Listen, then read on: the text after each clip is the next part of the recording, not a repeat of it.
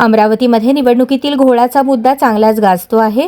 या संदर्भात प्रहार संघटनेचे नेते बच्चू कडू यांनी निवडणूक विभागाकडे स्पष्टीकरण मागितले आहे। त्यांनी म्हटले, मतदार यादीत झालेल्या त्रुटी आणि तांत्रिक अडचणींमुळे अनेक मतदारांना मतदान करता आले नाही। निवडणूक प्रक्रियेत पारदर्शकता आणि विश्वासार्हता राखली पाहिजे अशी मागणी त्यांनी केली। कडूंच्या या भूमिकेवरून राजकीय वर्तुळात पुन्हा चर्चा रंगली असून विभागीय प्रशासनाकडून याबाबत काय उत्तर येतं याकडे सर्वांचे लक्ष लागले आहे।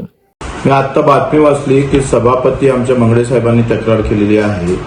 जिल्हा परिषद मधले काही गावच गायब आहे, म्हणजे ते मतदार यादी तर सोडा, पहिले मतदार यादीमधले नाव गायब व्हायचे, आता गावच्या गाव गायब केल्याच्या घटना उघडकीस आलेल्या आहे। मला वाटतं ही निवडणूक आयोगाची खूपच मोठी गंभीर गोष्ट आहे। म्हणजे लोकशाहीला अशा पद्धतीने जर छेडल्या जात असेल आणि अधिकारी अशा पद्धतीने वागत असतील तर उद्या मतदान नावाची गोष्ट जर संपली तर राजेशाही सुरुवात होईल। आणि राजेशाहीमध्ये तुम्हाला माहित आहे का, अखेर हा हुकुमशाह, लोकशाहीतून हुकुमशाह चालवण्याचा जो प्रकार आहे त्याचा आम्ही निषेध करतो।